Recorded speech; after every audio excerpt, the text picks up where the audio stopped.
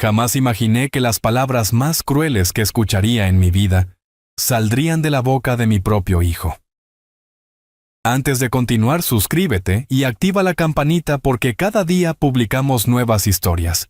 Deja tu like y cuéntanos en los comentarios desde qué ciudad y país nos ves. Me llamo Rodrigo Vidal. Moreno, tengo 68 años y durante las últimas 3 décadas he construido mi vida entera alrededor de una sola persona, mi hijo Álvaro. Pero el martes 15 de octubre de 2024 a las 7:42 de la tarde, recibí un mensaje de audio que cambió para siempre la relación entre nosotros. Estaba sentado en mi sillón favorito, el mismo donde solía leerle cuentos cuando era pequeño. Cuando escuché el sonido familiar de WhatsApp al ver su nombre en la pantalla, sonreí automáticamente. Álvaro raramente me enviaba mensajes de audio largos, así que pensé que quizás tenía buenas noticias que compartir. Presioné el botón de reproducción sin imaginar que esos próximos 3 minutos y 17 segundos destruirían todo lo que habíamos construido juntos. Su voz sonaba diferente. No era la voz cariñosa del hijo que conocía, sino algo áspero, lleno de resentimiento, que jamás había escuchado antes. Papá comenzó. Y ya en esa primera palabra pude detectar el veneno que venía. Estoy harto de tus constantes presiones. Nerea y yo terminamos. Y es completamente tu culpa. Mi corazón comenzó a latir más rápido. Mi culpa. ¿Cómo podía ser mi culpa que terminara con su novia? Yo apenas conocía a Nerea Campos, la enfermera con la que salía desde hacía 8 meses. La había visto quizás 5 veces en total. Y siempre había sido cordial con ella. Siempre estás preguntando cuándo conseguiré trabajo, cuándo me haré independiente, cuándo maduraré. Continuó su voz en el audio, cada palabra cargada de una rabia que me helaba la sangre. Ella se cansó de escuchar mis quejas sobre ti. Se cansó de que le dijera lo agobiante que eres, lo controlador que puedes ser. Pausé el audio. Mis manos temblaban. ¿Álvaro se quejaba de mí con su novia? Yo era el tema de sus conversaciones, pero de forma negativa. Durante 28 años había sido su sustento, su apoyo incondicional, especialmente después de que perdimos a su madre, mi querida esposa Isabel, en 2018. Desde entonces, él era lo único que me quedaba en este mundo. Respiré profundamente y continué escuchando.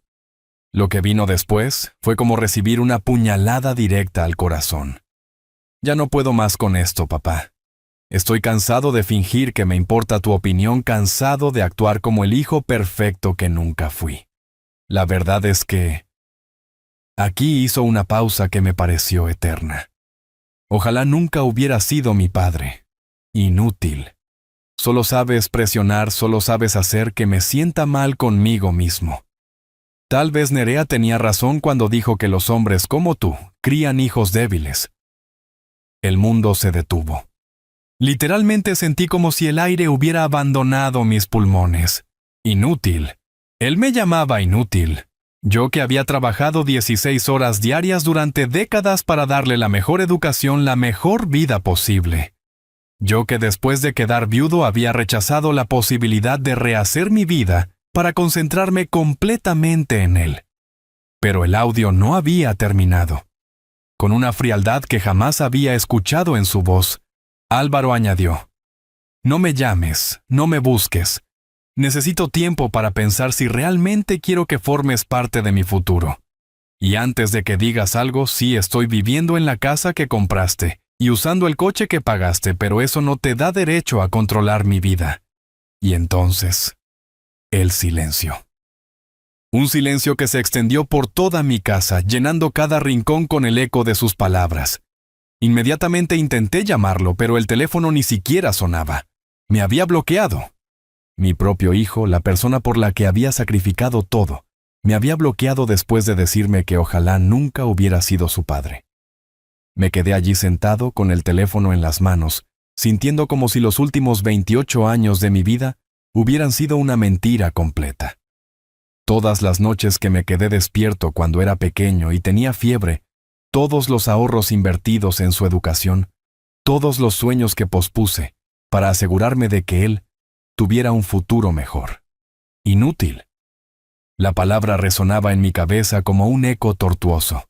Yo que había construido una empresa exitosa desde cero. Yo que había ahorrado cada euro para comprarle esa casa de 180,000 euros en 2022. Yo que le regalé ese Audi A3 de 28,000 euros para su cumpleaños número 26, creyendo que lo ayudaría a sentirse más seguro en sus entrevistas de trabajo. La oscuridad comenzó a llenar la habitación mientras yo permanecía inmóvil procesando la realidad de que mi hijo no solo no me respetaba, sino que me despreciaba. Y lo peor de todo era que, según sus propias palabras, había estado fingiendo durante años. Cada abrazo, cada "te quiero, papá", cada conversación había sido una actuación. Esa noche no pude dormir. Di vueltas en la cama recordando cada momento, cada sacrificio, cada decisión que había tomado pensando en su bienestar. Y por primera vez en mi vida comencé a preguntarme si había sido realmente tan controlador como él decía, o si simplemente había criado a un hombre incapaz de asumir responsabilidades. Pero una cosa era segura: las palabras, una vez dichas, no se pueden retirar. Y esas palabras cambiarían todo entre nosotros. Los 3 días siguientes fueron los más largos de mi existencia. Me levantaba cada mañana esperando que todo hubiera sido una pesadilla, pero la realidad me golpeaba como una bofetada fría. Mi hijo había pronunciado palabras que jamás podría olvidar. Durante esas 72 horas interminables, mi mente comenzó a reconstruir minuciosamente cada momento de nuestras vidas juntos, buscando señales que quizás había pasado por alto. Álvaro Vidal Santamaría nació el 3 de marzo de 1996 en el Hospital Universitario La Paz de Madrid. Pesó 3 kilos y 400 gramos, y cuando lo sostuve por primera vez, juré que sería el padre que yo nunca tuve. Mi propio padre había sido un hombre distante, demasiado ocupado con sus negocios para prestarme atención, y yo estaba determinado a romper ese patrón. Tal vez ese fue mi primer error. Cuando Isabel murió en septiembre de 2018, víctima de un cáncer de páncreas que se la llevó en apenas 8 meses, Álvaro tenía 22 años y cursaba su último año de carrera en marketing en la Universidad Complutense. Recuerdo perfectamente el día del funeral.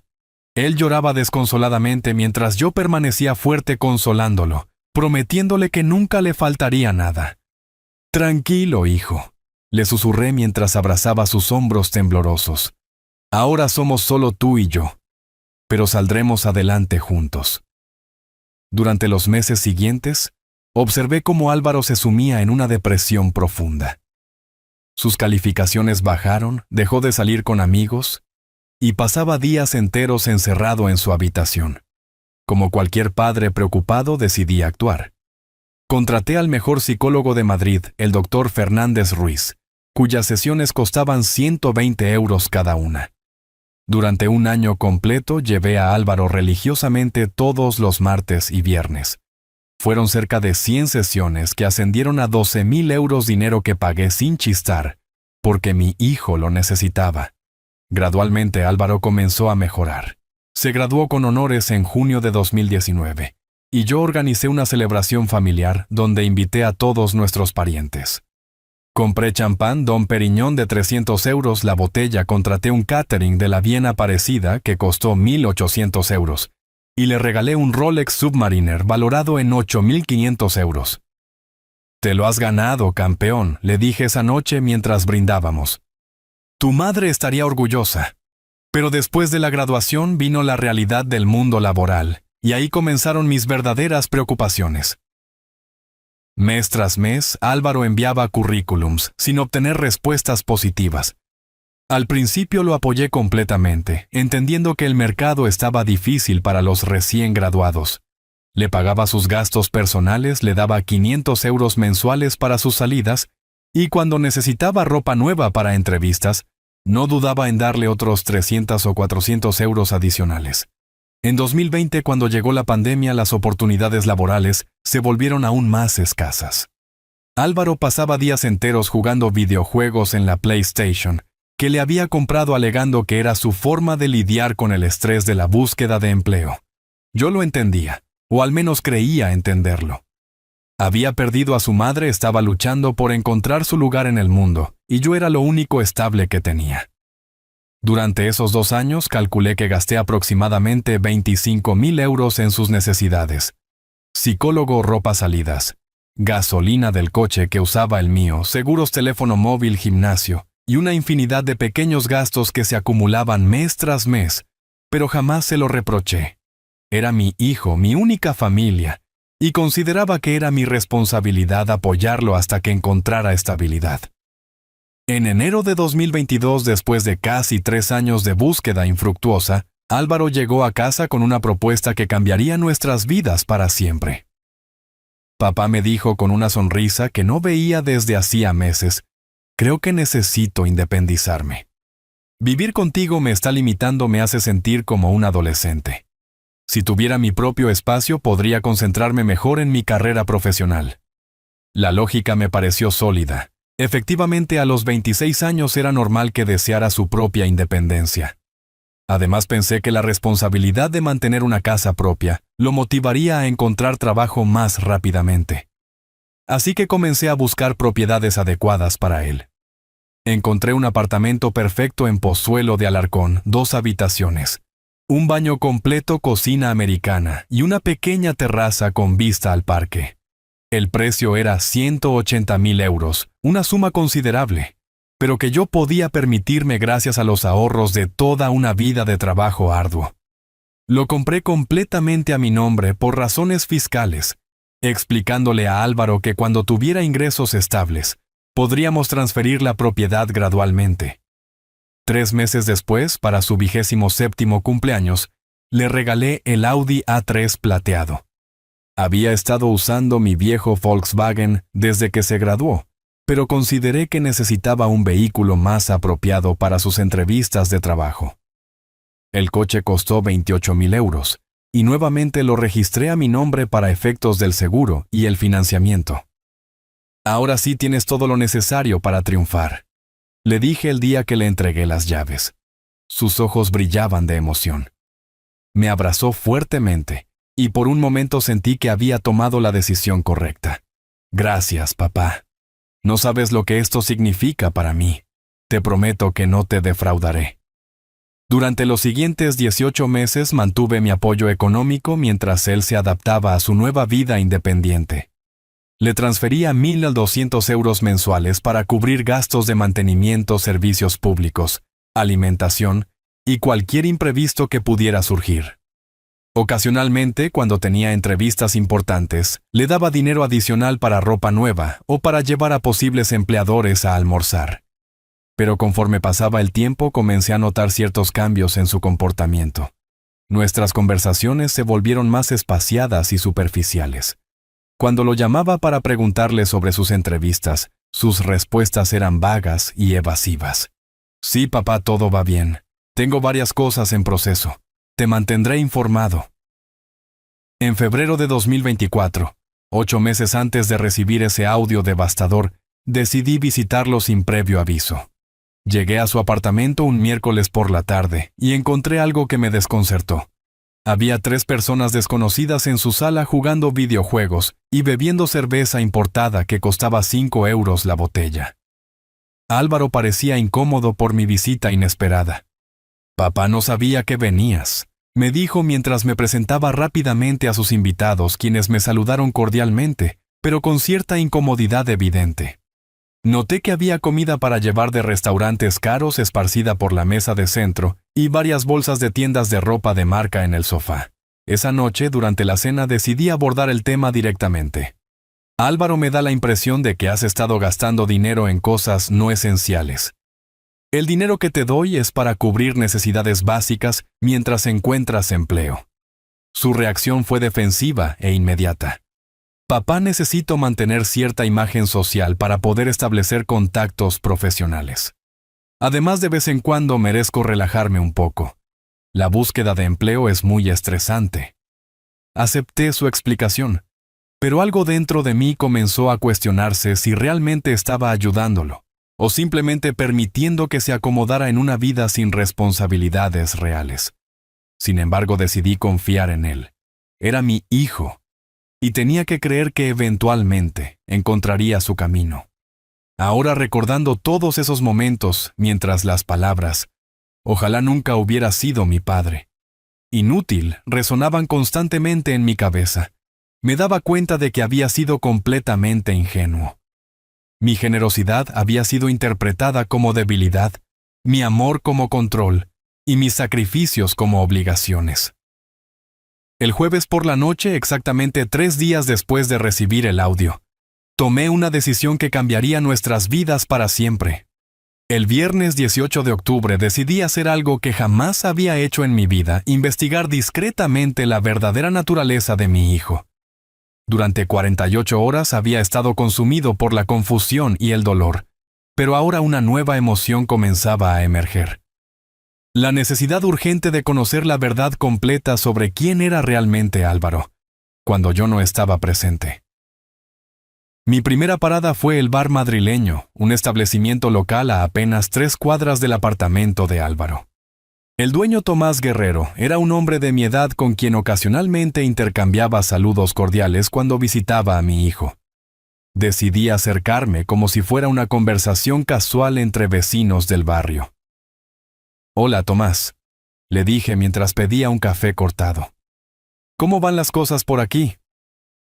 «Muy bien, don Rodrigo», respondió mientras limpiaba algunos vasos. «Hace tiempo que no lo veía por estos lados. ¿Cómo está su hijo Álvaro, verdad?» La pregunta me dio la apertura perfecta. «Bien, bien, aunque últimamente anda algo estresado con el tema del trabajo, ya sabes cómo son los jóvenes de hoy en día». Tomás soltó una risa que me sorprendió por su tono sarcástico. «¿Trabajo?» «Con todo respeto, don Rodrigo, pero su hijo viene aquí casi todas las tardes presumiendo de que no necesita trabajar, porque su padre le paga todo. Dice que usted es... Bueno, perdone la expresión, pero él lo llama el viejo bobo que me mantiene». Sentí como si me hubieran propinado un puñetazo directo al estómago. ¿Perdón? «Mire, don Rodrigo», continuó Tomás ahora con una expresión más seria.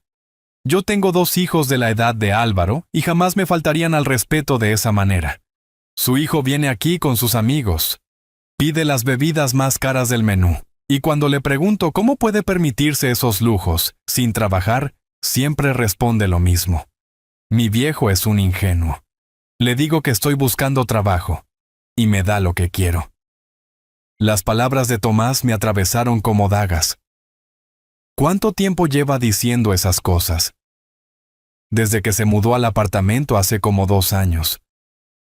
Al principio pensé que era solo bravuconadas de joven, pero cuando veo que viene aquí 3 o 4 veces por semana gastando dinero como si fuera agua y usted trabajó toda su vida para dárselo, pues me parece injusto, la verdad. Salí del bar tamaleando, pero mi investigación apenas había comenzado, necesitaba más información, y sabía exactamente dónde buscarla. Mi siguiente destino fue el gimnasio Platinum, donde Álvaro tenía una membresía premium, que yo pagaba mensualmente por 90 euros. La recepcionista, una joven llamada Sandra, me reconoció inmediatamente como el papá de Álvaro. «Buenos días, señorita. Vengo a revisar algunos detalles sobre la membresía de mi hijo», le dije con la sonrisa más natural que pude fingir. «Por supuesto, señor Vidal. Su hijo es muy popular aquí. Siempre está contando historias divertidas sobre ustedes dos». Mi corazón se aceleró. «Ah, sí, ¿qué tipo de historias?».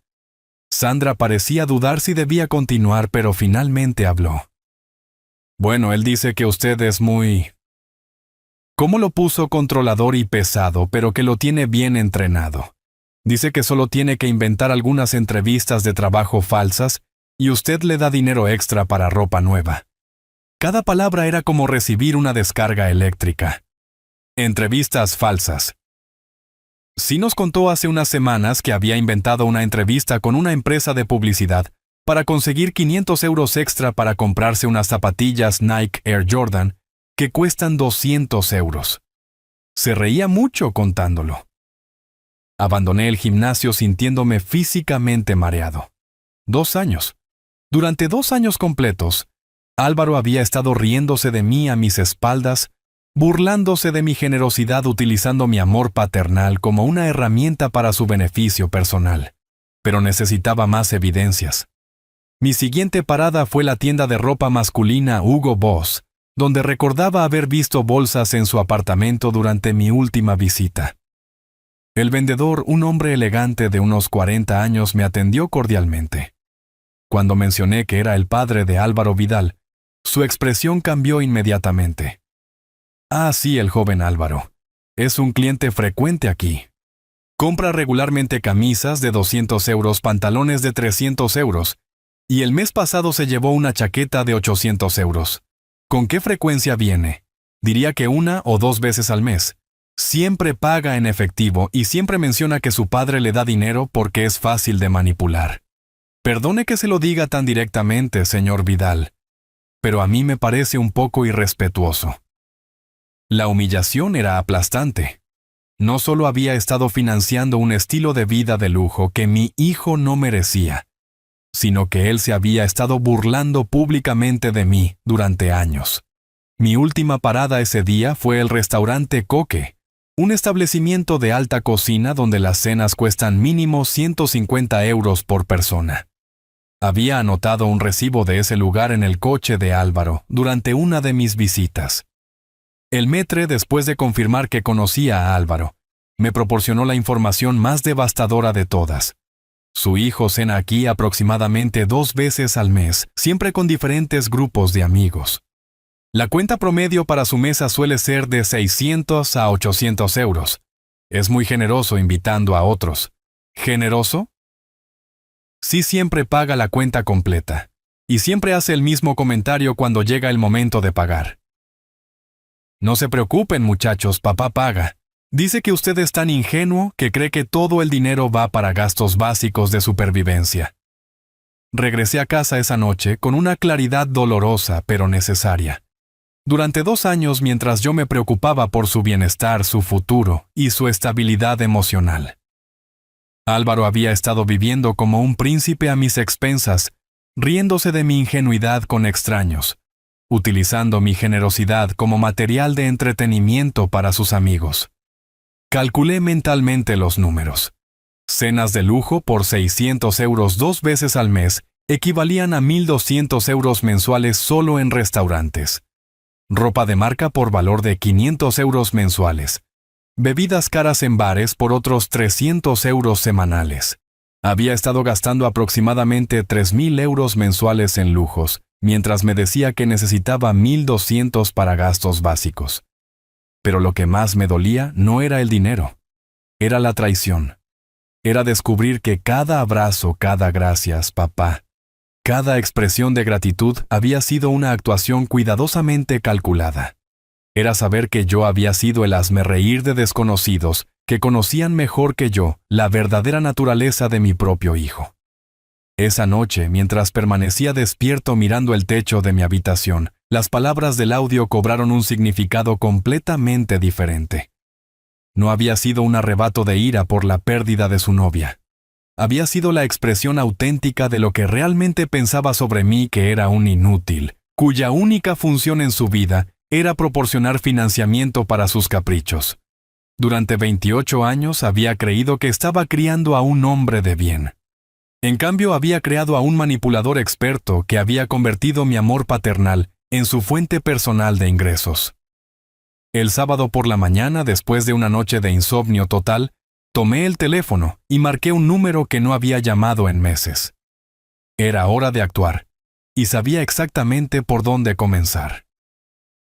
El sábado 19 de octubre a las 9:30 de la mañana, marqué el número de Javier Romero Blanco, mi abogado de confianza, durante los últimos 15 años. Javier había manejado la compra de la casa de Álvaro, había redactado mi testamento después de la muerte de Isabel, y conocía perfectamente todos los detalles legales de mi situación financiera. «Buenos días, Rodrigo», respondió con su voz característicamente serena. «Es temprano para una llamada de sábado. Todo bien, Javier, necesito verte urgentemente. Tengo que tomar algunas decisiones importantes y requiero tu asesoría legal completa. Por supuesto, puedes venir a mi oficina en 1 hora. Cancelaré mi cita de golf». Una hora después, estaba sentado frente al escritorio de caoba de Javier, en su elegante oficina del distrito de Salamanca. Había preparado mentalmente cada detalle de lo que necesitaba hacer, pero quería asegurarme de que todo fuera completamente legal e irreversible. «Javier», comencé con una calma que me sorprendió a mí mismo. «Quiero vender inmediatamente la casa de Pozuelo de Alarcón que compré para Álvaro, y también el Audi A3. Ambos están a mi nombre, como recordarás». Javier levantó las cejas claramente sorprendido. «¿Algún problema financiero, Rodrigo? Si necesitas liquidez, podríamos explorar otras opciones menos drásticas». «No es un problema financiero. Es una decisión personal y es definitiva». Durante los siguientes 20 minutos le expliqué detalladamente todo lo que había descubierto sobre la verdadera naturaleza de Álvaro. Las humillaciones públicas, las mentiras sobre entrevistas de trabajo, el estilo de vida de lujo financiado con mi dinero, mientras me describía como un viejo bobo ante extraños. Javier escuchó en silencio, tomando notas ocasionales. Como buen abogado mantenía una expresión neutral, pero pude detectar destellos de indignación en sus ojos cuando describí las palabras más crueles del audio. «Entiendo perfectamente tu posición, Rodrigo», dijo finalmente. «Desde el punto de vista legal, ambas propiedades están completamente a tu nombre. El apartamento fue adquirido con tus fondos propios sin ningún tipo de cofirma o participación económica de Álvaro. El vehículo también está registrado únicamente bajo tu titularidad. Puedes disponer de ambos bienes sin requerir autorización de nadie. ¿Cuánto tiempo tomaría completar ambas operaciones? Para el coche podrías tenerlo vendido en una semana si aceptas un precio competitivo. Hay muchos compradores interesados en Audi A3 con poco kilometraje. Para la casa, siendo realistas, necesitaremos entre 2 y 3 semanas para encontrar un comprador serio, considerando que está en excelente estado y en una zona muy valorada». «Perfecto. Quiero que inicies ambos procesos inmediatamente. Y Javier», añadí con una firmeza que él raramente había escuchado en mi voz, «esto debe mantenerse en absoluta confidencialidad hasta que las operaciones estén completadas. Por supuesto, ¿has considerado las implicaciones emocionales de esta decisión? Una vez que Álvaro se entere, no habrá posibilidad de marcha atrás. Ese es precisamente el punto.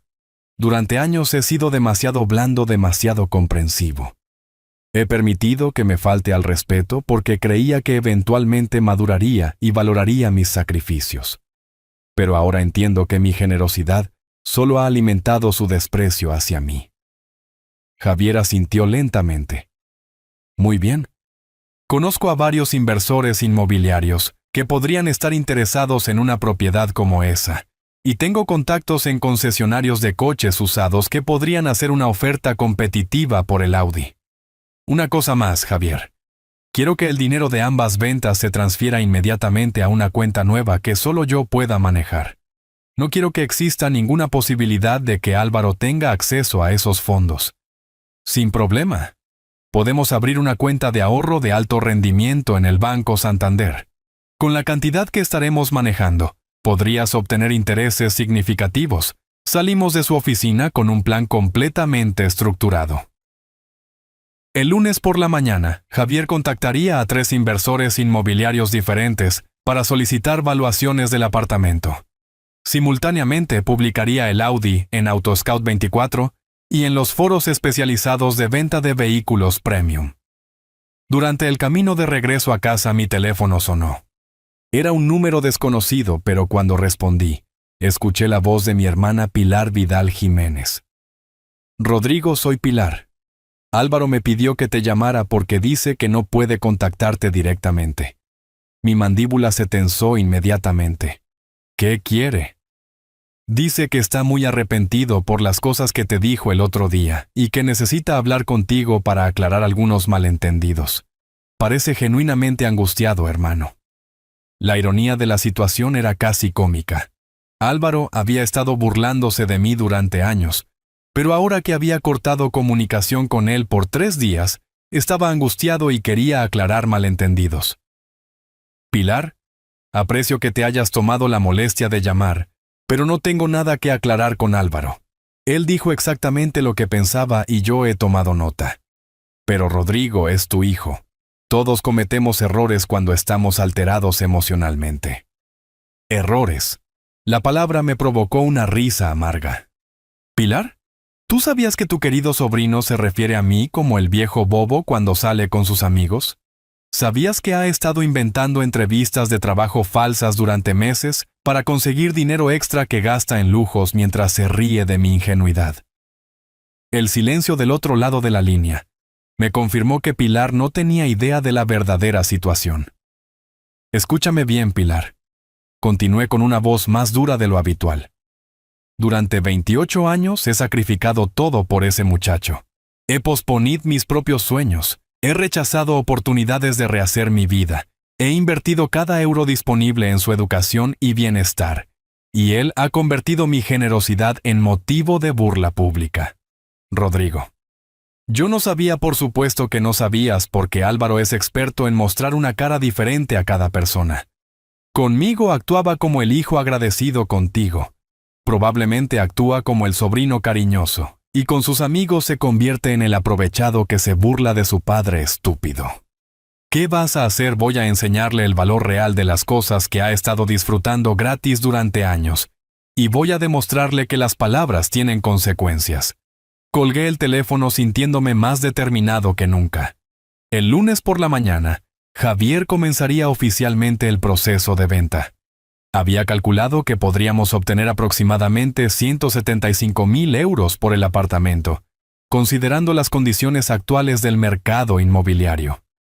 El Audi, con apenas 12.000 kilómetros recorridos y en perfecto estado, podría venderse por unos 26.500 euros. En total, Álvaro perdería bienes por valor de más de 200.000 euros. Dinero que yo había ganado trabajando 16 horas diarias durante décadas. Dinero que había invertido creyendo en su potencial dinero, que él había estado disfrutando mientras me ridiculizaba públicamente. Esa noche, mientras revisaba los documentos legales de ambas propiedades, sentí por primera vez en días una extraña sensación de paz interior. No era venganza lo que estaba planificando, era justicia. Era la consecuencia natural e inevitable de años de manipulación y falta de respeto. El domingo transcurrió lentamente. Rechacé 2 llamadas más de números desconocidos, probablemente amigos o parientes, que Álvaro había reclutado como intermediarios. Cada intento de comunicación indirecta solo confirmaba que mi decisión era correcta. Si realmente estuviera arrepentido, habría encontrado la manera de disculparse directamente sin involucrar a terceros. El lunes 21 de octubre a las 8 de la mañana, Javier me llamó con las primeras noticias prometedoras. Rodrigo, tengo excelentes noticias. Uno de mis contactos en el sector inmobiliario está muy interesado en el apartamento. Podría hacer una oferta esta misma semana. Y ya tengo 3 consultas serias por el Audi. Perfecto, Javier. Procede con todo. Cuanto más rápido mejor. La maquinaria legal estaba en movimiento y no había poder en el mundo que pudiera detenerla. Durante los siguientes días mi vida adoptó una rutina extrañamente tranquila, mientras observaba cómo se desarrollaba mi plan desde las sombras. Era martes 22 de octubre, cuando recibí la primera llamada de mi hermana Pilar, quien claramente había sido reclutada nuevamente por Álvaro como mensajera. Rodrigo, por favor, tienes que escucharme. Su voz sonaba más desesperada que la vez anterior. Álvaro está realmente preocupado. Dice que han pasado 6 días sin que respondan a ninguno de sus mensajes. Pilar, ya te expliqué mi posición. No tengo intención de hablar con él. Pero hermano, al menos podrías decirle qué necesita hacer para arreglar las cosas.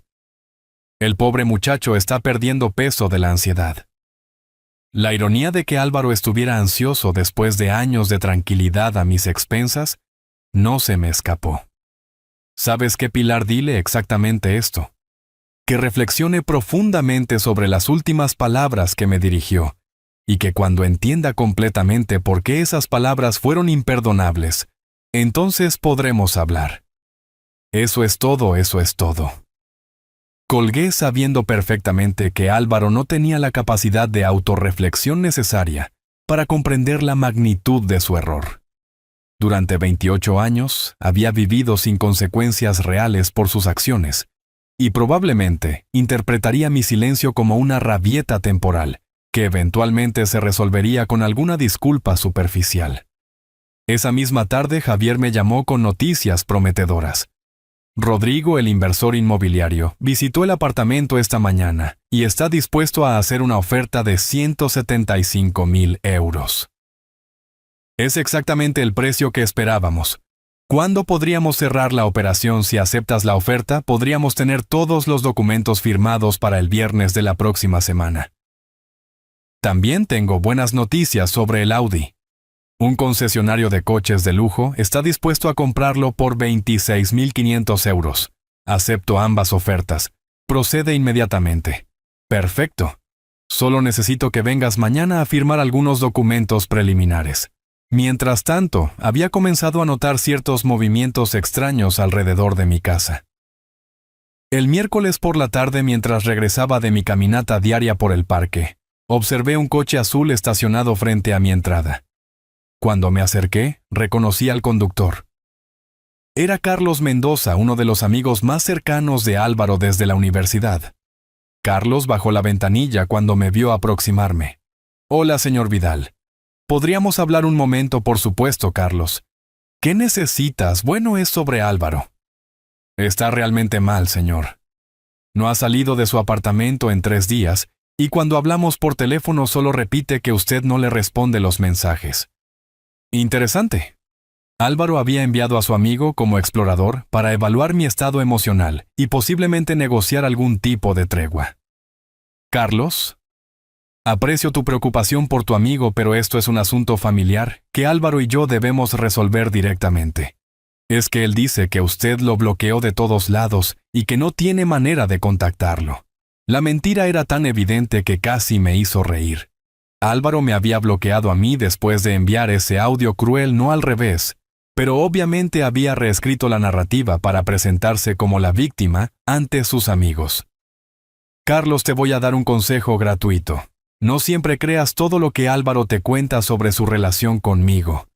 Ese muchacho tiene una tendencia a modificar los hechos según le conviene. El rostro de Carlos mostró confusión, pero decidió no presionar más el tema. Se despidió cortésmente y se marchó probablemente para reportar a Álvaro que yo parecía firme en mi posición. El jueves por la mañana, mientras desayunaba tranquilamente en mi cocina, recibí una llamada inesperada de Nerea Campos, la exnovia de Álvaro. Su voz sonaba tensa y preocupada. «Señor Vidal, siento mucho molestarlo, pero Álvaro me pidió que lo llamara». «Hola, Nerea, no es ninguna molestia. ¿Cómo estás?» «Bueno, un poco confundida, la verdad. Álvaro me dice que ustedes tuvieron una pelea terrible y que usted se niega a hablar con él. Dice que está desesperado por arreglar las cosas. Aquí estaba mi oportunidad de descubrir exactamente qué versión de la historia había compartido Álvaro con ella. ¿Te contó cuál fue el motivo de nuestra desacuerdo? Dice que usted se molestó porque le contó que estábamos teniendo problemas en nuestra relación y que usted lo culpó por todo. Dice que se alteró y le dijo algunas cosas que no debería haber dicho, pero que estaba muy estresado emocionalmente». La capacidad de Álvaro para distorsionar la realidad era realmente impresionante. Había convertido su ataque venenoso en una simple alteración emocional, causada por mi supuesta reacción exagerada. «Nerea, ¿puedo preguntarte algo personal? ¿Cuándo terminaron su relación? ¿Cuál fue exactamente el motivo?» Hubo una pausa larga antes de que respondiera. «Bueno, la verdad es que me cansé de escucharlo quejarse constantemente de usted.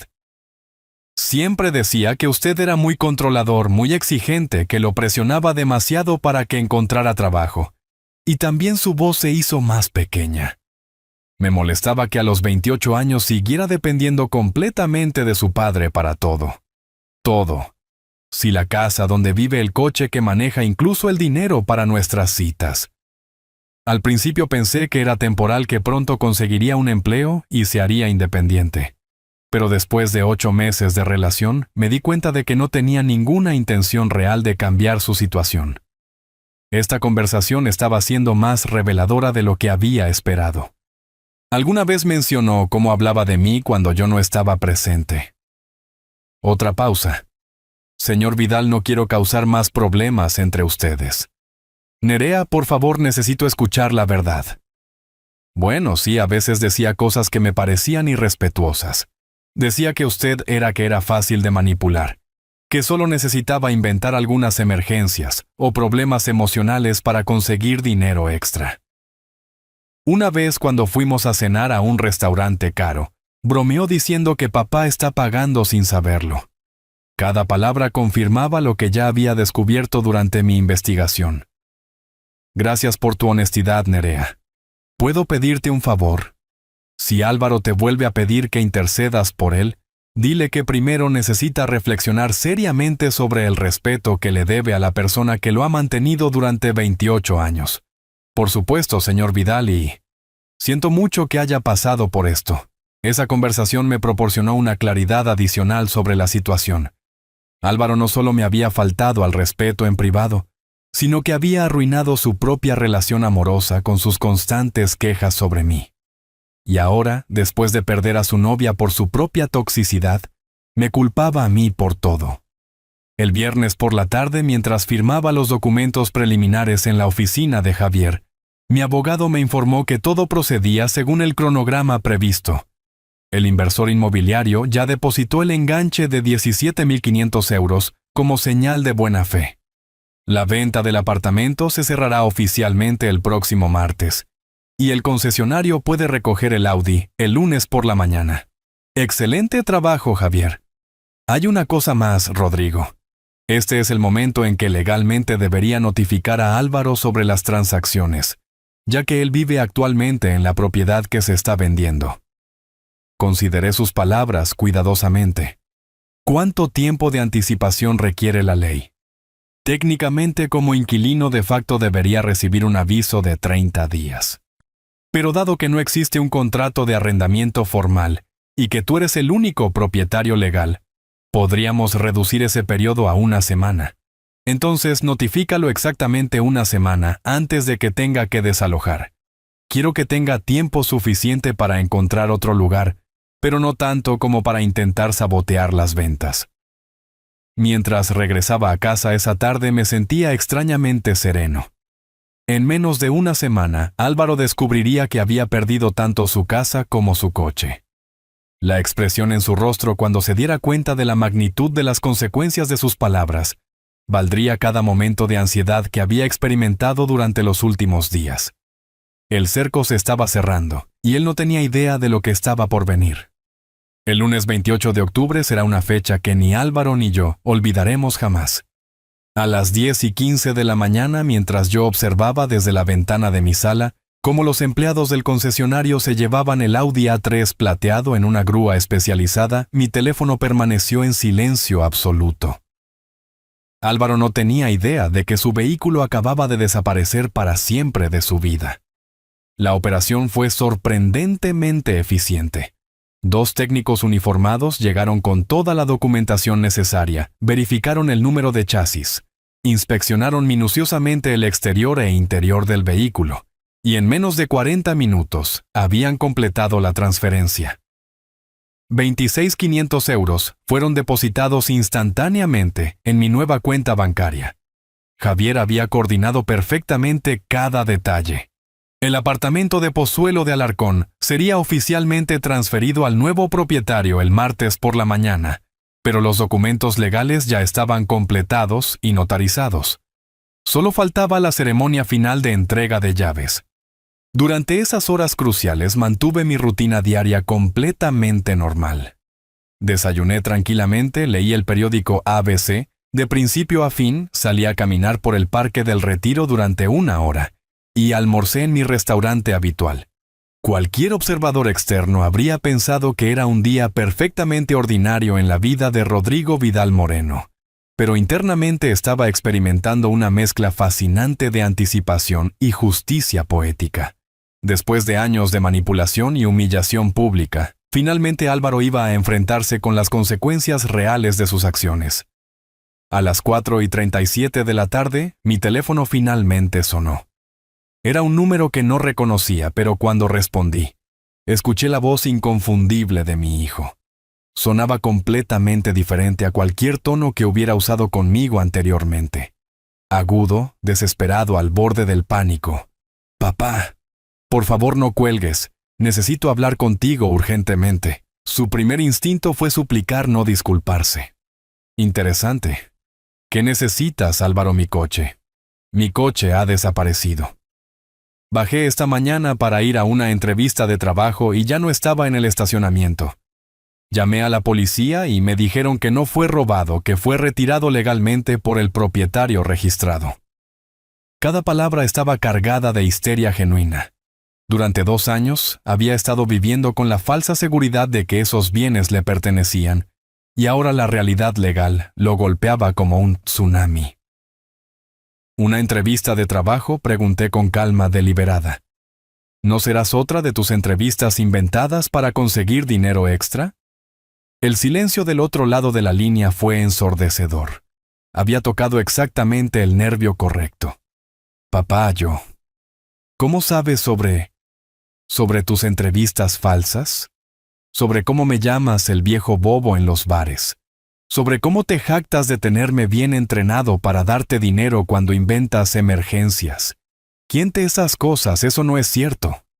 La negación inmediata era exactamente lo que había esperado. Álvaro nunca había desarrollado la capacidad de asumir responsabilidad por sus acciones. Álvaro, durante la última semana he hablado con Tomás del bar madrileño, con Sandra del gimnasio, con el vendedor de Hugo Boss y con el maître del restaurante Coque. Todos me contaron exactamente las mismas historias sobre cómo te burlas de mi generosidad. Papá, por favor, déjame explicarte. No hay nada que explicar. Tu coche fue vendido legalmente porque yo era el propietario registrado. El dinero ya está en mi cuenta bancaria. No puedes hacer eso. Era mi coche. Era mi coche que tú usabas gratuitamente, al igual que la casa donde vives, que también está a mi nombre. Pude escuchar su respiración acelerada a través del teléfono.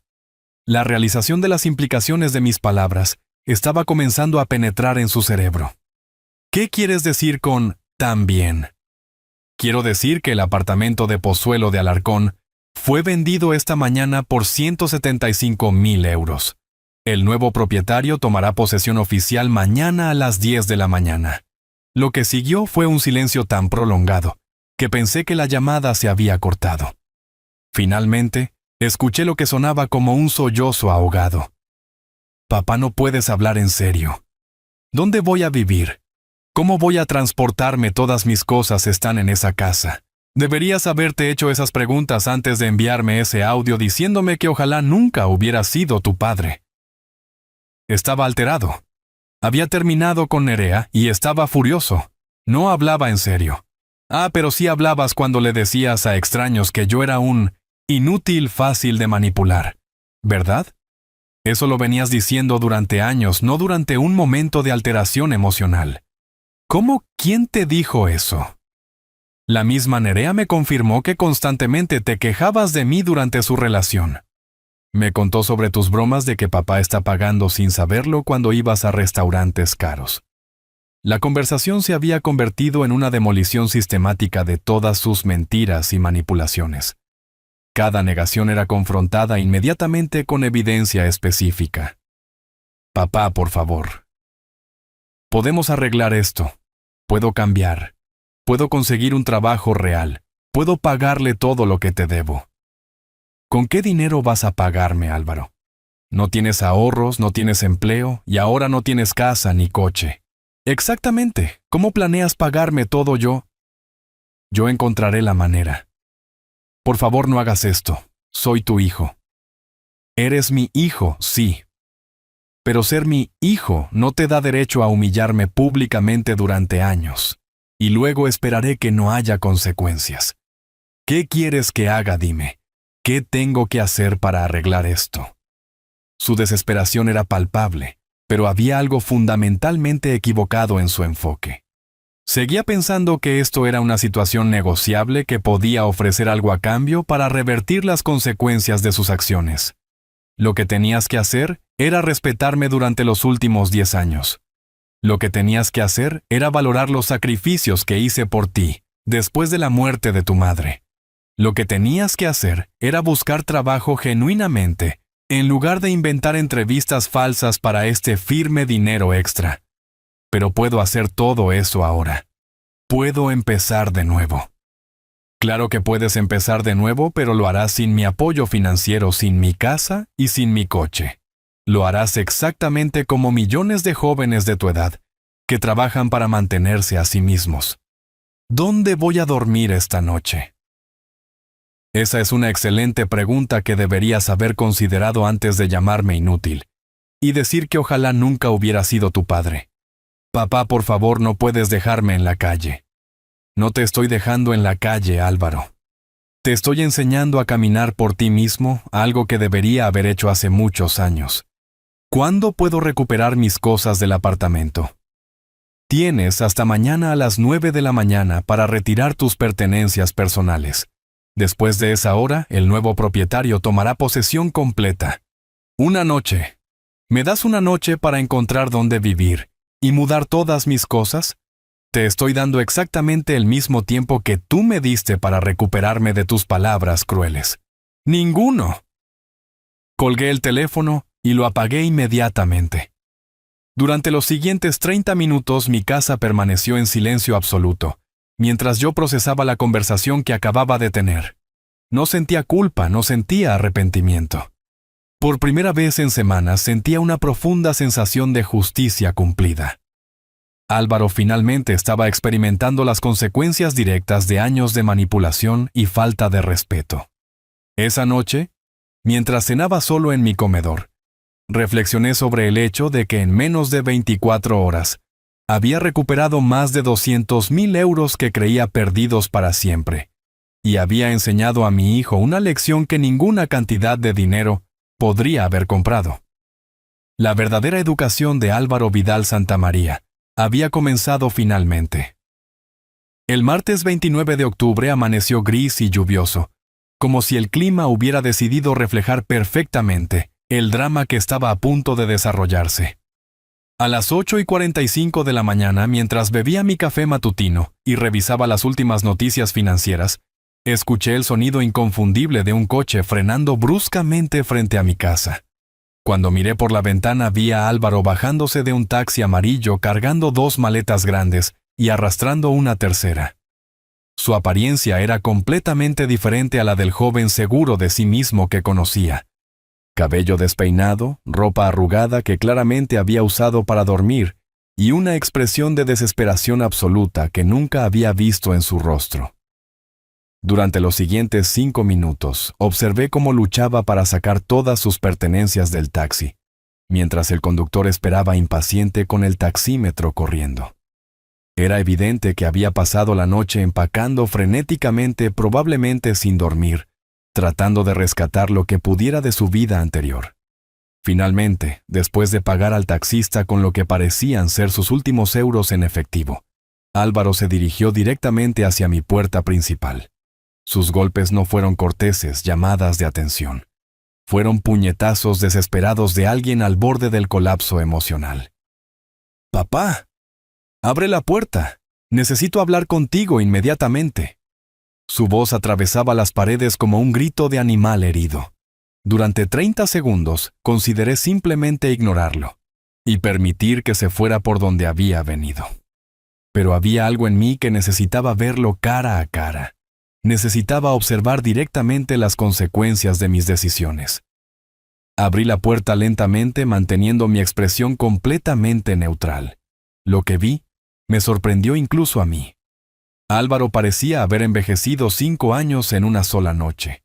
Sus ojos estaban rojos e hinchados, tenía barba de varios días, y temblaba ligeramente aunque no estaba haciendo frío. «Papá», comenzó con una voz quebrada que jamás había escuchado antes. «Por favor, necesito que me escuches. Solo 5 minutos. Te lo suplico. Adelante», dije secamente haciéndome a un lado para permitir que entrara. 5 minutos. Álvaro se derrumbó literalmente en el sofá de mi sala, el mismo sofá donde habíamos visto películas juntos, durante su infancia, donde le había enseñado a jugar ajedrez, donde habíamos celebrado sus cumpleaños durante años. La ironía de la situación no se me escapó. Papá, pasé la noche despierto pensando en lo que me dijiste ayer. Llamé a todos mis amigos pidiendo ayuda y ninguno puede alojarme por más de 1 o 2 noches. ¿Y qué esperabas? Tus amigos son jóvenes como tú, probablemente viviendo con sus padres o compartiendo apartamentos pequeños. No tienen espacio para un huésped indefinido. Pero es que yo no sabía, nunca pensé que realmente qué, Álvaro, que realmente fueras a hacer esto. Creí que estabas enojado y que eventualmente se te pasaría. Como siempre, sus palabras confirmaron exactamente lo que había sospechado. Durante años, Álvaro había interpretado mi paciencia y comprensión como debilidad. Había asumido que podía tratarme como quisiera, sin enfrentar consecuencias reales. Como siempre, repetí lentamente. O sea que has estado faltándome al respeto durante años esperando que se me pase. No, papá, no es eso. Es que, mira, sé que a veces digo cosas que no debería decir, pero nunca pensé que fueras a tomar medidas tan extremas. ¿Extremas? Álvaro, tú me llamaste inútil y dijiste que ojalá nunca hubiera sido tu padre. ¿Cómo exactamente debería haber reaccionado a eso? Pero estaba furioso. Había perdido a Nerea y estaba buscando a quién culpar. No hablaba desde el corazón. Pero cuando le decías a extraños que yo era un viejo bobo fácil de manipular, eso sí salía del corazón. Álvaro cerró los ojos y se cubrió el rostro con las manos. ¿Quién te dijo eso? ¿Importa quién me lo dijo? ¿Vas a negar que lo dijiste? Un silencio largo y pesado llenó la habitación. Finalmente Álvaro levantó la vista y por primera vez en la conversación vi algo que podría haber sido arrepentimiento genuino. No voy a negarlo. Sí dije esas cosas. Pero papá, cuando sales con amigos a veces exageras. Dices cosas para impresionar o para hacer reír. No significa que realmente pienses así. ¿Para impresionar a quién exactamente? A tus amigos que también viven de sus padres. Al camarero que servía las bebidas que yo pagaba indirectamente. Papá, por favor, entiendo que estés dolido. Entiendo que te haya decepcionado, pero vendiste mi casa y mi coche. ¿No te parece que eso es desproporcionado? ¿Tu casa y tu coche? Repetí con incredulidad. Álvaro, escúchame muy bien. Nunca fueron tu casa ni tu coche. Fueron mi casa y mi coche que tú usabas gratuitamente porque yo así lo decidí. Y cuando decidiste faltarme al respeto de la manera más cruel posible, decidí retirar esos privilegios. ¿Privilegios, papá? Soy tu hijo. Se supone que los padres apoyan a sus hijos. Se supone que los hijos respetan a sus padres. Se supone que los hijos de 28 años trabajan para mantenerse.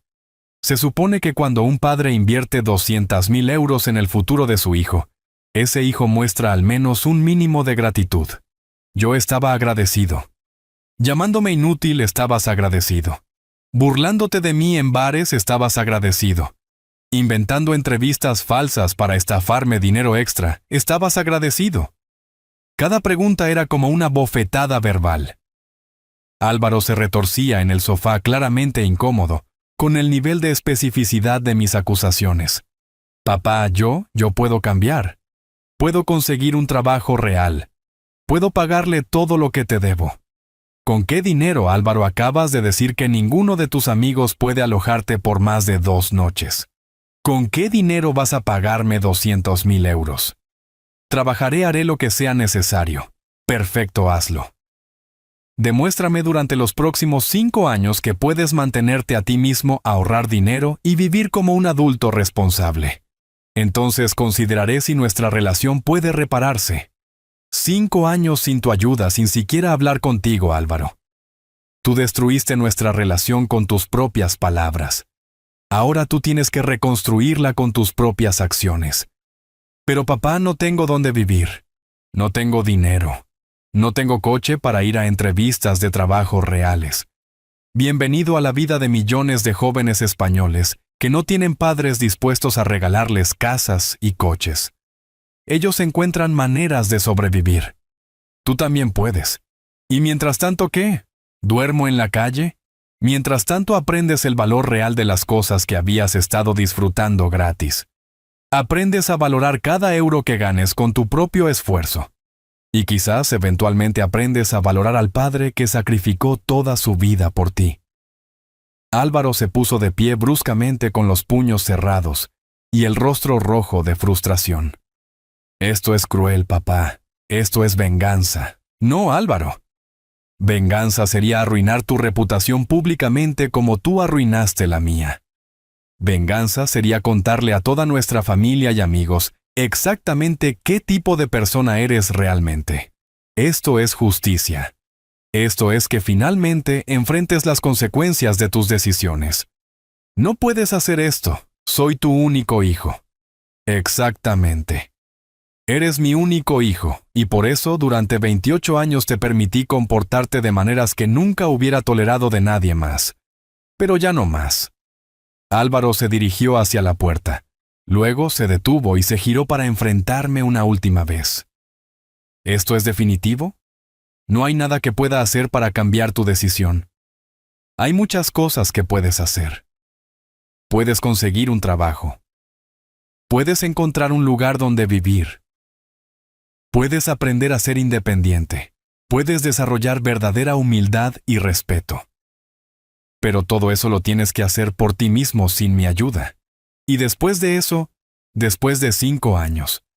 Después de 5 años, si realmente has cambiado, si realmente has aprendido estas lecciones, entonces podremos hablar sobre reconstruir nuestra relación.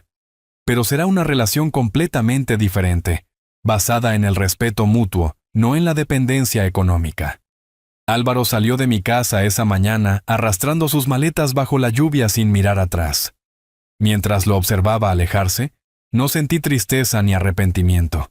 Sentí la profunda satisfacción de un hombre que finalmente había defendido su dignidad, después de años de ser pisoteada. La educación real de mi hijo había comenzado. Los días siguientes a la expulsión de Álvaro de mi casa fueron extrañamente tranquilos, como si una tormenta hubiera pasado y finalmente pudiera respirar aire limpio.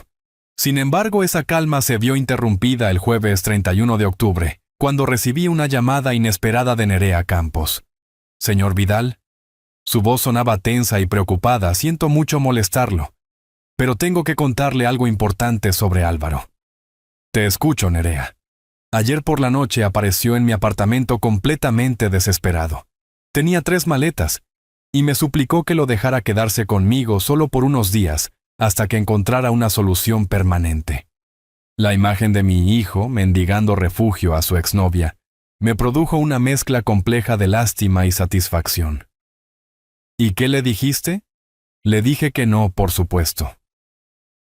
Señor Vidal, cuando terminé mi relación con Álvaro hace 2 semanas, fue precisamente porque me di cuenta de que era un hombre completamente dependiente y sin ambiciones reales. No iba a permitir que convirtiera mi apartamento en su nueva zona de confort. Hiciste lo correcto, Nerea. Pero hay algo más que necesitas saber.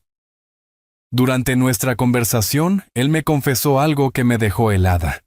Me dijo que durante los últimos 2 años, cada vez que usted le preguntaba sobre entrevistas de trabajo, él inventaba empresas falsas y fechas imaginarias. Aunque ya sabía esto por mi propia investigación, escucharlo confirmado directamente por Nerea le daba una dimensión adicional de realidad. ¿Te habían sido docenas?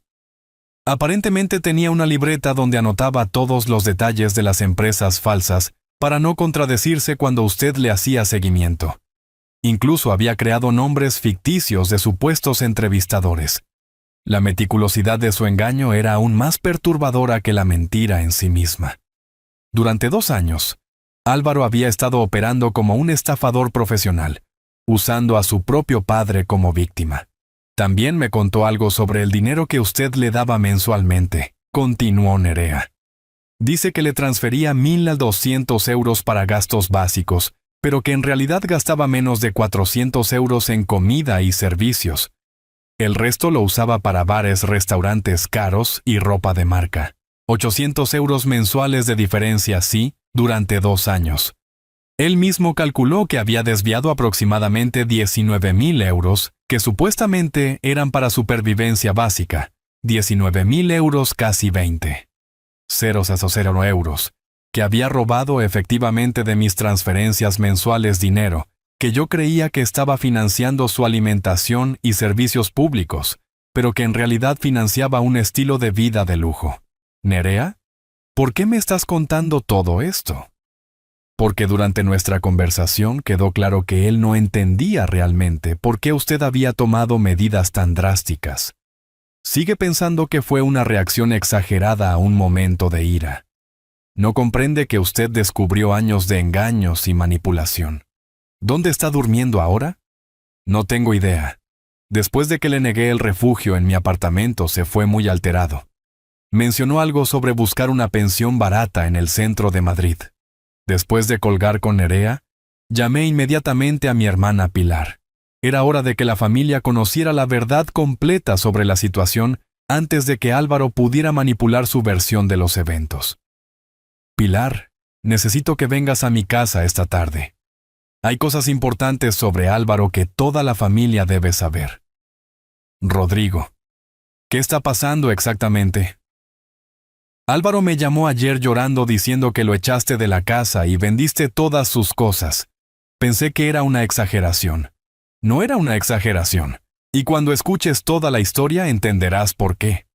Esa tarde Pilar llegó a mi casa acompañada de nuestro primo hermano Miguel Vidal Torres, un hombre sensato de 65 años que siempre había sido como un segundo padre para Álvaro. También vino mi cuñada Carmen Jiménez, la viuda de nuestro hermano fallecido, quien había conocido a Álvaro desde bebé. Los reuní en mi sala y durante la siguiente hora les relaté metódicamente toda la historia. El audio cruel, mi investigación posterior, los testimonios de comerciantes y camareros, las confesiones de Nerea y las cifras exactas del dinero que había sido malversado. El silencio que siguió a mi relato fue profundo e incómodo. Miguel fue el primero en hablar. Rodrigo, yo sabía que Álvaro era un poco inmaduro, pero no tenía idea de que hubiera llegado a estos extremos. Ninguno de nosotros lo sabíamos, añadió Carmen. Cuando conversaba conmigo siempre hablaba de ti con cariño. Decía que eras el mejor padre del mundo. A cada persona le mostraba una cara diferente, expliqué. Conmigo actuaba como el hijo agradecido, pero con problemas. Con ustedes actuaba como el sobrino cariñoso. Con sus amigos actuaba como el vividor que se burlaba de su padre estúpido. Pilar, que había permanecido callada durante todo mi relato, finalmente habló con voz temblorosa. Rodrigo, cuando me pidió que intercediera por él, me dijo que habían tenido una discusión sobre su novia, y que tú habías reaccionado de manera exagerada. Jamás mencionó que te había dicho esas cosas terribles. Por supuesto que no te lo mencionó. Su estrategia siempre ha sido controlar la narrativa, mostrar solo la información que lo favorece. Miguel se levantó y comenzó a caminar por la sala. ¿Sabes qué me molesta más, Rodrigo? Que el año pasado, cuando cumplí 65, él me pidió prestados 500 euros para un regalo especial para tu cumpleaños. Dijo que quería comprarte algo muy bonito, pero que andaba un poco corto de dinero. ¿Te devolvió el dinero jamás? Y ahora entiendo que probablemente usó esos 500 euros para una de sus cenas en restaurantes caros.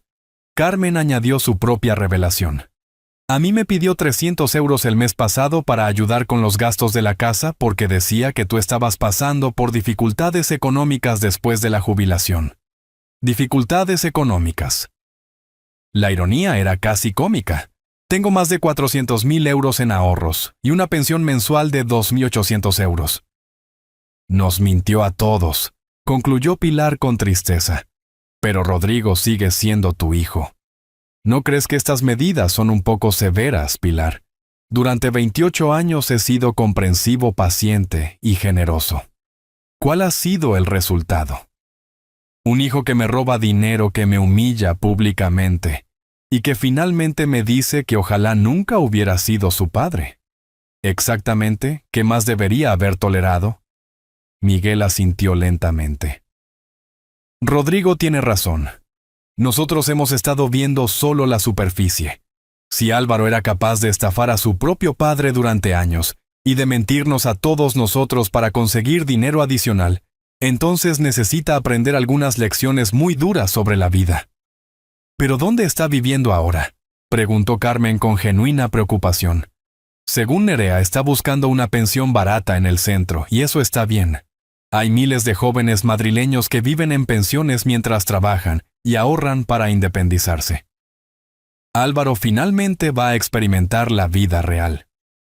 ¿Y si no encuentra trabajo?, insistió Pilar. Entonces aprenderá lo que significa realmente tener hambre. Aprenderá el valor de cada euro. Aprenderá que la vida no es un juego donde siempre hay alguien dispuesto a rescatarte de las consecuencias de tus decisiones. La reunión terminó con un consenso familiar incómodo pero necesario. Aunque las medidas habían sido drásticas, las circunstancias las justificaban plenamente. Por primera vez en años, Álvaro iba a enfrentarse con la realidad sin red de seguridad. Esa noche, mientras cenaba solo en mi comedor silencioso, reflexioné sobre el hecho de que había recuperado no solo mi dinero, sino también mi dignidad. Durante 2 años, había estado financiando inconscientemente mi propia humillación. Ahora, finalmente eso había terminado. El verdadero test de carácter de Álvaro estaba comenzando, y por primera vez en su vida, no tendría a su padre para salvarlo del fracaso. El domingo 3 de noviembre, exactamente 2 semanas después del audio que cambió nuestras vidas para siempre, recibí una visita que no esperaba. Era mi tía abuela Esperanza Vidal Muñoz, una mujer de 83 años que había sido como una segunda madre para mí después de la muerte temprana de mis padres. Su presencia en mi puerta un domingo por la mañana solo podía significar una cosa. Álvaro había logrado llegar hasta ella. Rodrigo, hijo, me dijo con su voz temblorosa pero decidida. Tenemos que hablar sobre tu muchacho. La invité a pasar y le preparé su té de manzanilla favorito, el mismo ritual que habíamos compartido durante décadas. Pero esta vez, la familiaridad del momento estaba teñida por la tensión de lo que sabía que venía. Tía Esperanza, antes de que digas nada, quiero que escuches toda la historia desde mi perspectiva. Rodrigo, ese niño, vino a verme ayer por la tarde. Estaba deshecho flaco con la ropa arrugada. Me contó que habían tenido una pelea terrible y que tú lo habías echado de la casa sin nada. Eso te contó nada más.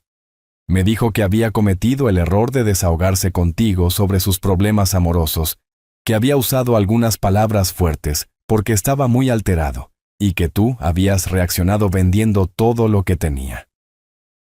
Una vez más, Álvaro había editado cuidadosamente la narrativa para presentarse como víctima. Durante la siguiente media hora le relaté a mi tía abuela cada detalle. Las humillaciones públicas, las entrevistas falsas, el dinero malversado, los testimonios de múltiples personas y por supuesto las palabras exactas del audio. Cuando terminé mi relato, la expresión de la tía Esperanza había cambiado completamente.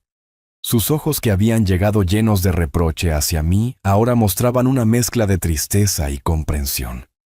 Realmente te dijo que ojalá nunca hubiera sido su padre. Esas fueron sus palabras exactas, tía. Y no fue un arrebato de 5 segundos. Fue un audio de más de 3 minutos donde me explicó sistemáticamente todo lo que le molestaba de mí. Rodrigo, yo crié a 4 hijos después de que mi marido murió en la guerra. Sé lo que es el sacrificio paternal. Y jamás, ni en los momentos más difíciles, ninguno de mis hijos me faltó al respeto de esa manera. Álvaro nunca aprendió a valorar los sacrificios porque nunca tuvo que hacerlos él mismo. Le di todo demasiado fácil, y él interpretó mi generosidad como debilidad. La tía Esperanza suspiró profundamente. Pero Rodrigo, el muchacho, me dijo que está durmiendo en una pensión horrible, que no tiene dinero ni para comer adecuadamente. Tía, hay millones de jóvenes en España que trabajan para pagarse sus propias pensiones y su propia comida. Álvaro tiene 28 años, una carrera universitaria y 2 brazos sanos. No hay razón por la que no pueda hacer lo mismo que hace cualquier otro joven de su edad. Pero tú tienes los medios para ayudarlo. Tuve los medios para ayudarlo durante 10 años desde que se graduó. ¿Cuál fue el resultado? Un hombre que me robaba dinero mientras se burlaba de mí en público. Mi tía permaneció en silencio durante varios minutos, procesando todo lo que había escuchado. Finalmente, habló con la sabiduría de sus 83 años. Rodrigo, cuando tus padres murieron en ese accidente de coche, Tú tenías solo 17 años. ¿Recuerdas lo que hice? Me acogiste en tu casa hasta que pude independizarme. Exacto. Pero, ¿recuerdas las condiciones? Te dije que podías quedarte, pero que tenías que estudiar o trabajar. No había opción de vivir gratuitamente sin contribuir. A los 18 años ya estabas trabajando medio tiempo mientras terminabas el bachillerato. Lo recuerdo perfectamente. ¿Y recuerdas cómo reaccionaste cuando te puse esas condiciones? Me pareció justo. Entendí que era tu manera de enseñarme responsabilidad. Exactamente. Nunca te quejaste. Nunca me faltaste al respeto. Nunca me llamaste injusta o cruel. Porque entendías incluso a los 17 años que la ayuda familiar viene acompañada de respeto y responsabilidad. La conversación había tomado un rumbo que no esperaba. Mi tía abuela, quien había venido a interceder por Álvaro, estaba comenzando a comprender la profundidad del problema. Tía, ¿qué opinas honestamente de lo que te he contado? Opino que ese muchacho ha sido malcriado, y que tú has sido demasiado blando durante demasiado tiempo. Opino que necesitaba una lección dura, aunque duele verlo sufrir. Pero también opino que es tu único hijo, Rodrigo, y que después de que haya aprendido estas lecciones, vas a necesitar encontrar una manera de reconstruir esa relación. Estoy abierto a reconstruir nuestra relación, pero bajo términos completamente diferentes. Ya no será la relación de un padre que financia y un hijo que consume. Será la relación entre dos adultos que se respetan mutuamente. La tía Esperanza asintió lentamente. ¿Sabes qué le voy a decir cuando regrese a visitarme? ¿Qué le vas a decir? Le voy a decir que me mintió. Le voy a decir que conozco toda la verdad sobre cómo te trató durante años. Y le voy a decir que si realmente quieres recuperar a su padre, va a tener que demostrarlo trabajando y comportándose como un hombre, no como un niño mimado. Su apoyo me llenó de una sensación de validación, que no había sentido desde que comenzó toda esta situación. Esa misma tarde, recibí una llamada de mi primo Segundo Antonio Vidal Ruiz, un empresario de 55 años que siempre había tenido una relación cercana con Álvaro. Rodrigo, acabo de hablar con Álvaro. Me pidió que intercediera contigo para encontrar algún tipo de arreglo. ¿Qué tipo de arreglo? Dice que está dispuesto a conseguir cualquier trabajo, pero que necesita un lugar donde vivir mientras junta dinero para un depósito de alquiler. Me preguntó si yo podía convencerte de alquilarle un cuarto en tu casa por un precio simbólico. La audacia de la propuesta me dejó casi sin palabras. Después de todo lo que había pasado, Álvaro seguía buscando maneras de beneficiarse de mi generosidad. Antonio, ¿tú sabías que Álvaro ha estado burlándose de mí públicamente durante años? ¿Qué quieres decir? Le conté toda la historia igual que había hecho con la tía Esperanza. La reacción de Antonio fue inmediata y furiosa. ¿Me estás diciendo que ese desgraciado se ha estado riendo de ti mientras tú pagabas todo, y ahora quiere que le alquiles una habitación? Esa es exactamente la situación. Rodrigo, retiro completamente mi oferta de mediación. Si Álvaro fuera mi hijo, habría hecho exactamente lo mismo que tú.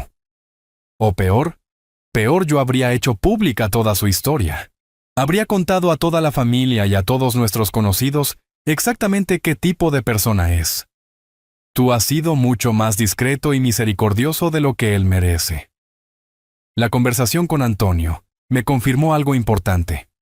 Cuando la gente conocía todos los hechos, no solo los fragmentos cuidadosamente seleccionados que Álvaro compartía, su reacción era de comprensión y apoyo hacia mi decisión. Esa noche, mientras reflexionaba sobre las conversaciones del día, me di cuenta de que había un consenso emergente entre los miembros más sabios de nuestra familia. Las medidas que había tomado no solo eran justificadas, sino probablemente necesarias desde hacía años. La división familiar que había temido no se estaba materializando como esperaba. En cambio, estaba emergiendo una comprensión más profunda de que el verdadero problema no había sido mi crueldad, sino mi tolerancia excesiva durante demasiado tiempo. Álvaro había perdido no solo mi apoyo financiero, sino también el apoyo emocional de los familiares que realmente entendían la situación. Su red de manipulación se estaba desmoronando, y por primera vez en años, se encontraba completamente solo con las consecuencias de sus acciones. Era exactamente lo que necesitaba para crecer. El viernes 8 de noviembre, 2 semanas después de nuestro último enfrentamiento cara a cara, mi buzón de correo contenía una sorpresa que no esperaba. Una carta manuscrita de 8 páginas con la letra característica de Álvaro. El sobre estaba ligeramente arrugado y tenía manchas que parecían ser de lágrimas secas. Me senté en mi sillón favorito con una taza de café y comencé a leer lo que resultó ser el intento más elaborado de manipulación emocional que mi hijo había producido jamás. Querido papá, comenzaba la carta. Han pasado 2 semanas desde nuestra última conversación y cada día he reflexionado profundamente sobre mis errores y sobre el dolor que te causé. Quiero que sepas que estas han sido las 2 semanas más difíciles de mi vida, pero también las más reveladoras. Los primeros 3 párrafos eran una descripción detallada de sus condiciones de vida actuales. Una pensión de 4ª categoría en el distrito de Centro, donde pagaba 18 euros por noche por una habitación que compartía con otros 2 hombres sin baño privado, con paredes tan delgadas que podía escuchar todas las conversaciones de los cuartos vecinos. Papá jamás había valorado realmente las comodidades básicas que disfrutaba gracias a tu generosidad.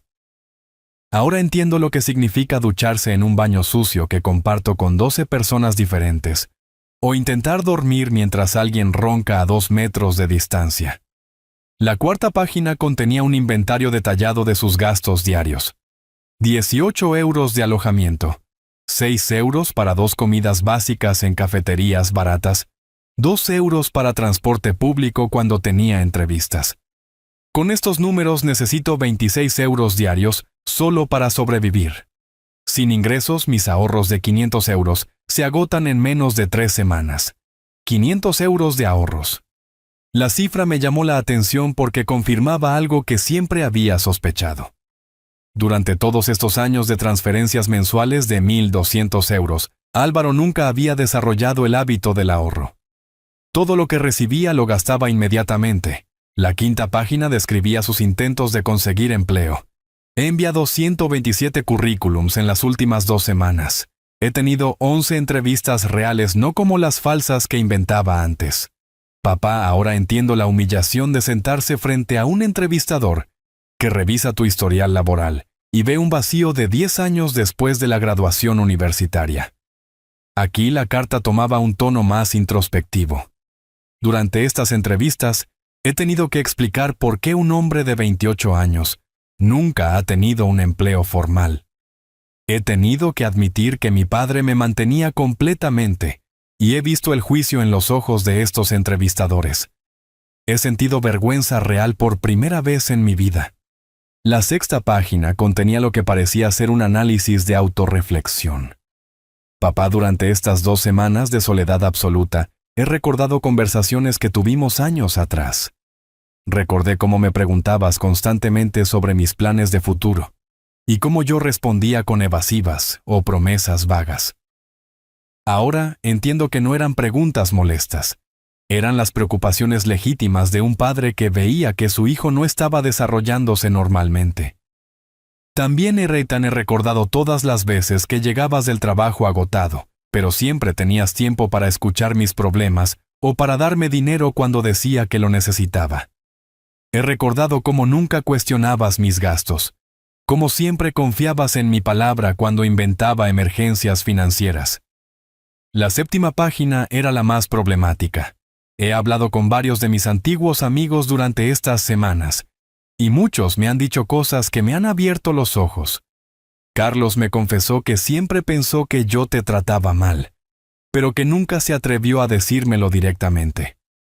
Javier me dijo que en varias ocasiones había considerado hablar contigo para contarte cómo yo me expresaba sobre ti, pero que pensó que no era su lugar. Esta parte me molestó particularmente porque implicaba que sus amigos habían sido testigos de su falta de respeto hacia mí, pero habían elegido permanecer callados en lugar de defender a la persona que indirectamente financiaba las salidas que compartían con él. Papá, también he hablado con algunos compañeros de la pensión, hombres que trabajan en empleos humildes, pero que mantienen su dignidad y su independencia. Uno de ellos, Manuel, tiene 42 años y trabaja como portero nocturno para mantener a su madre enferma. Cuando le conté mi historia, me miró con una expresión que nunca olvidaré y me dijo: «Muchacho, si yo hubiera tenido un padre como el tuyo, me habría pasado la vida agradecido, no burlándome de él». La página final contenía su propuesta.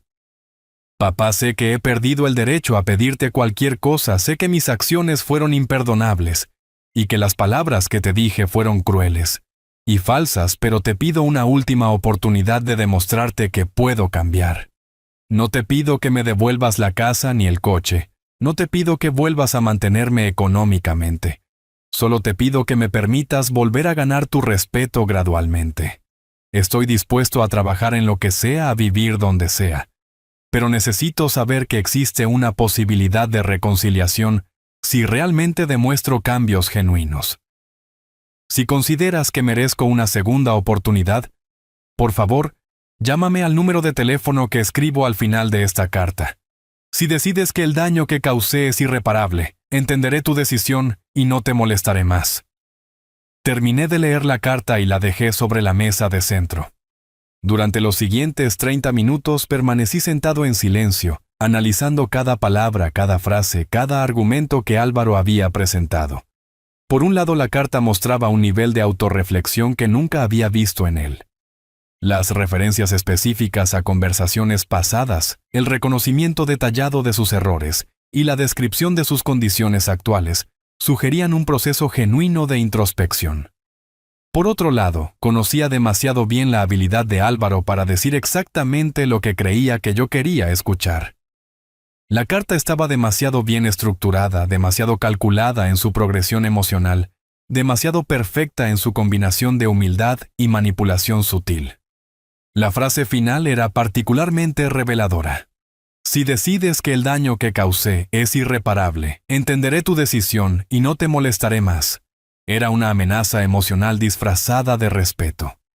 Estaba diciendo en esencia que esta era mi última oportunidad de salvarlo antes de que se rindiera completamente. Esa tarde llamé a Javier, mi abogado, no por consejo legal, sino porque lo consideraba un amigo sabio cuya perspectiva valoraba. «Javier, necesito tu opinión sobre algo personal». Le leí toda la carta por teléfono y esperé su reacción. «¿Rodrigo? ¿Quieres mi opinión como abogado o como padre de familia?» «Como ambos. Como abogado, esa carta está cuidadosamente redactada para maximizar el impacto emocional, mientras minimiza los compromisos específicos. Como padre, reconozco las técnicas de manipulación que usan los hijos cuando realmente necesitan algo de sus padres. ¿Crees que es genuino?» «Creo que Álvaro está genuinamente desesperado y que genuinamente se ha dado cuenta de que subestimó tu determinación. Pero eso no significa que haya experimentado una transformación real de carácter. ¿Qué harías tú en mi lugar?» «Exactamente lo que creo que vas a hacer: mantener mi posición. 2 semanas de incomodidad no borran años de falta de respeto y manipulación. Esa noche, en lugar de llamar a Álvaro, escribí mi propia carta de una sola página. Álvaro, recibí tu carta y la leí completamente. Aprecio el esfuerzo que pusiste en escribirla y el tono de reflexión que intentaste transmitir. Sin embargo, 2 semanas de dificultades no compensan años de manipulación y falta de respeto. Cuando demuestres cambios reales durante un periodo significativo de tiempo, estaré dispuesto a considerar una reconciliación. Hasta entonces, mi posición permanece igual. Tu padre». Al día siguiente puse la carta en el correo y continué con mi vida normal. Álvaro tendría que aprender que algunas lecciones no se pueden acelerar con palabras bonitas. Han pasado exactamente 18 meses desde aquel martes fatídico de octubre, cuando recibí el audio que cambió nuestras vidas para siempre. Mientras escribo estas líneas en abril de 2026, puedo afirmar con total certeza que las decisiones que tomé aquel día fueron las más difíciles, pero también las más necesarias de mi vida como padre. Durante estos meses, he recibido información esporádica sobre la situación de Álvaro a través de diferentes fuentes familiares. Mi tía Esperanza, quien mantiene contacto ocasional con él, me informó que finalmente consiguió empleo como repositor en un supermercado Mercadona en enero de 2025.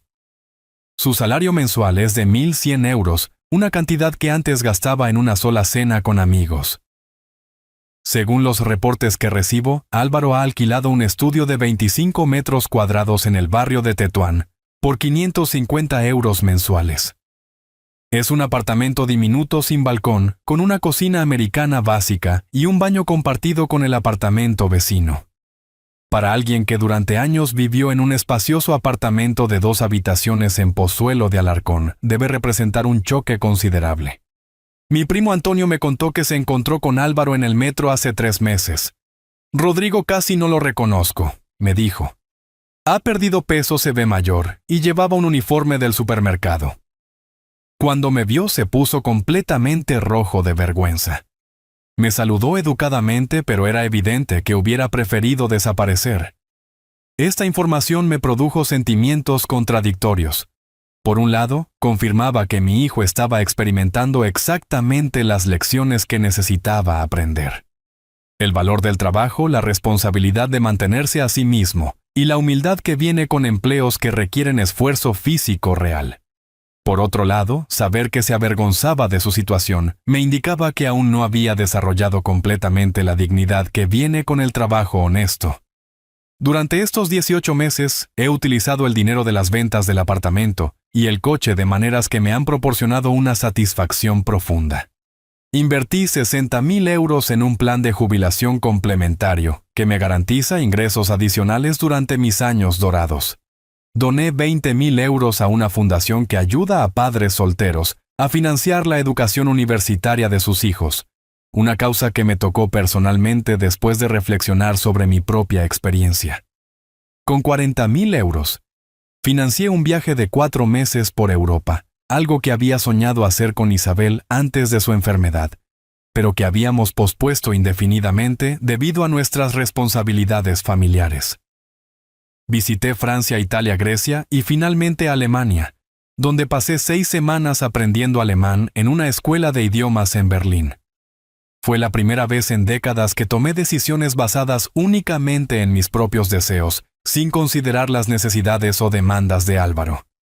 El resto del dinero lo mantuve en una cuenta de inversiones conservadoras, que me genera aproximadamente 1.000 euros mensuales en intereses. Esta cantidad adicional me ha permitido mejorar significativamente mi calidad de vida, sin depender de nadie. Durante mis viajes conocí a Elena Castillo Moreno, una viuda española de 62 años, que también estaba recorriendo Europa sola después de la muerte de su esposo.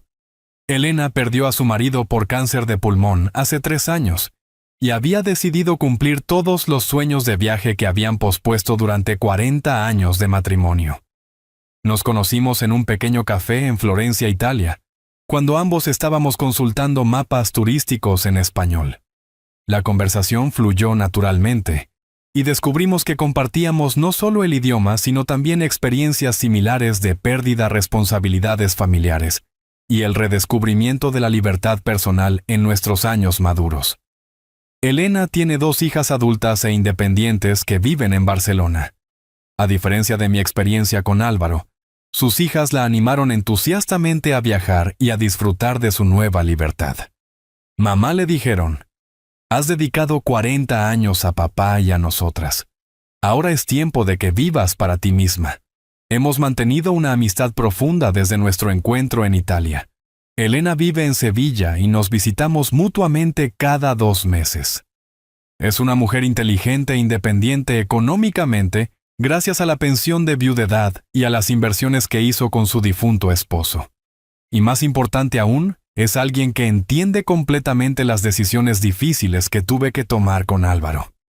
Rodrigo me dijo durante una de nuestras conversaciones, a veces el amor paternal más grande es permitir que nuestros hijos enfrenten las consecuencias de sus decisiones.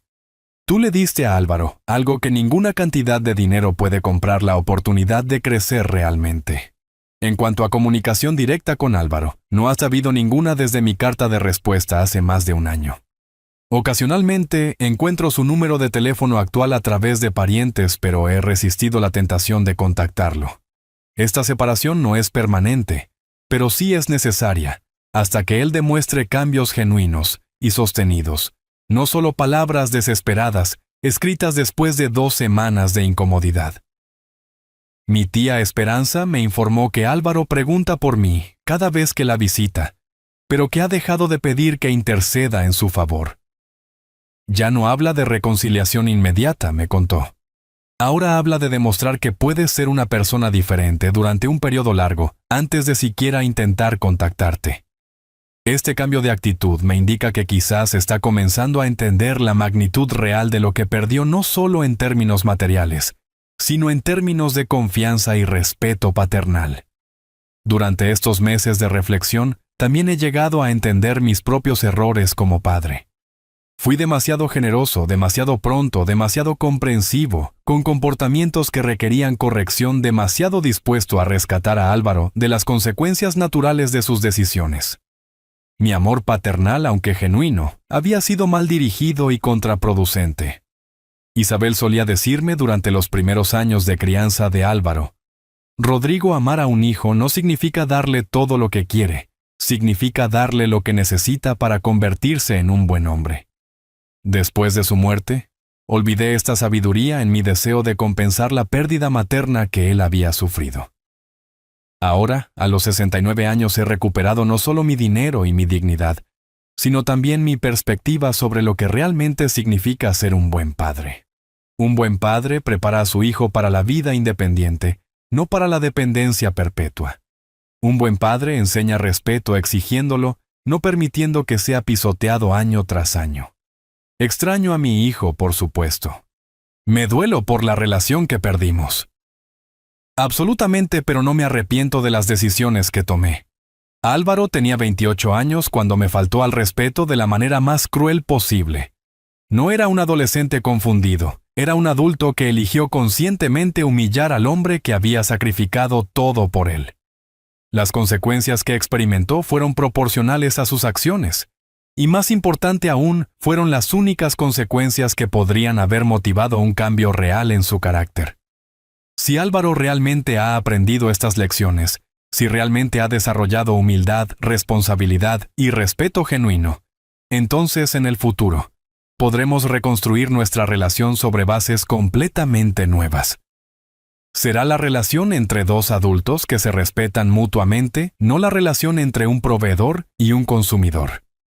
Hasta entonces vivo mi vida plenamente con dignidad restaurada, rodeado de personas que me valoran y me respetan. Y esa finalmente es la vida que merezco después de 69 años de existencia y 28 años de paternidad dedicada. A veces el final más feliz no es la reconciliación inmediata, sino la paz interior que viene con defender tus principios y tu dignidad, sin importar el costo personal. Si esta historia te ha gustado, apóyanos con un like, suscríbete al canal y déjanos tus opiniones en los comentarios.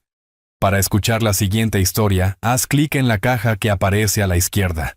Gracias por acompañarnos.